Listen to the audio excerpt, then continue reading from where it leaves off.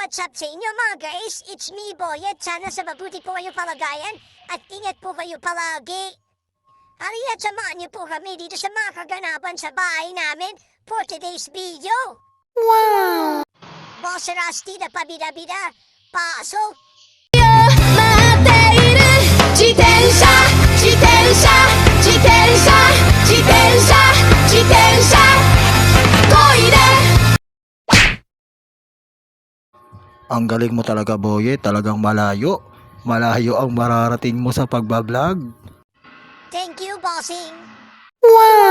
Maraming salamat, Boyet. It's my turn now. Para sa akin naman to. Pinapataan nga namin ang aming baby na si Baby Sabana. At mamaya-maya lang nasorpresa kami. Biglang dumating yung kapatid ko na babae. Dumating nga siya para ayusin ang lahat. Kasi mali kasi yung ginawa naming istante na plywood.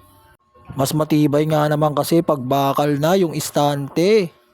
Kaya panibagong gagawa na naman ulit. Pagpaplanuhan na naman ulit ng bago ni Kuya Paeng. Go Kuya Paeng, kaya mo yan. Wow!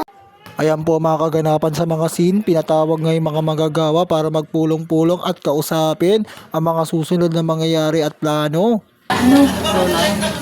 Na electric pan din.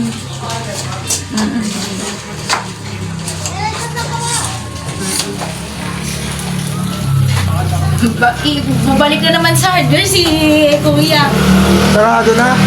Sarado na. Pasok yan, Kuya. Or isang oras na lang, sarado na. O di.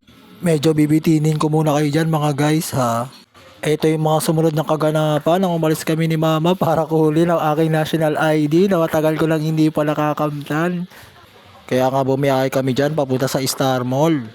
Tsaka kailangan din magpalamig. Sobrang init kasi. Ay, naglalakad-lakad lang kami ni Mama dyan papasok sa loob.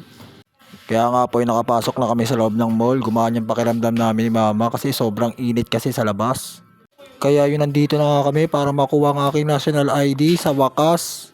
Sa sobrang tagal kong pag-aantay, hindi ko pa rin nakuha. Oh no! Sabi, tatawagan na lang daw ako ulit. Kaya nag-iwan na ako ng cellphone number sa kanila.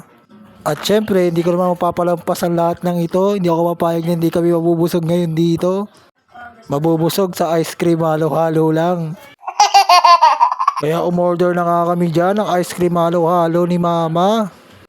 Bago nga lang kami umuwi, syempre magpapalamig muna kami. Sobrang init kasi ngayon. Sarap pumasok sa loob ng refrigerator. Kaya minom muna ako ng tubig, sobrang init talaga. Summer heat sa tag-init. At dumating na ngayong order namin ni Mama na ice cream halo-halo. Pinagsaluhan namin ito. Tara, ice cream halo-halo po tayo mga guys. Sobrang sarap talaga ng ice cream halo-halo. At fast forward naman tayo ng kinabukasan. Ito po ang mga sumunod na kaganapan.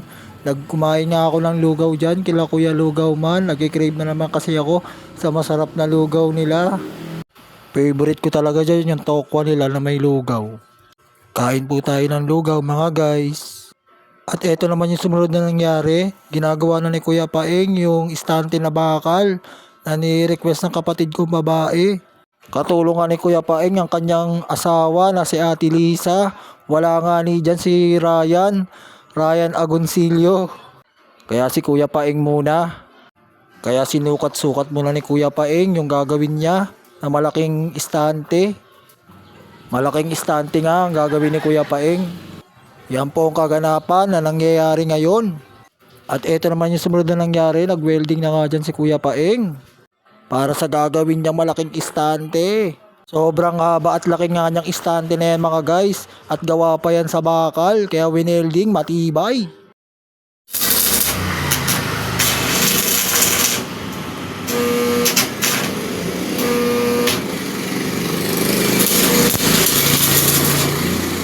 Sobrang haba na ng video ko. Dito ko na po tatapusin ang lahat. Salamat sa pag-like at pag-share at pag-comment.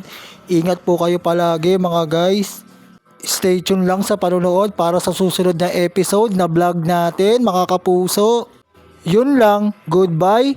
Pabahay. Tama de.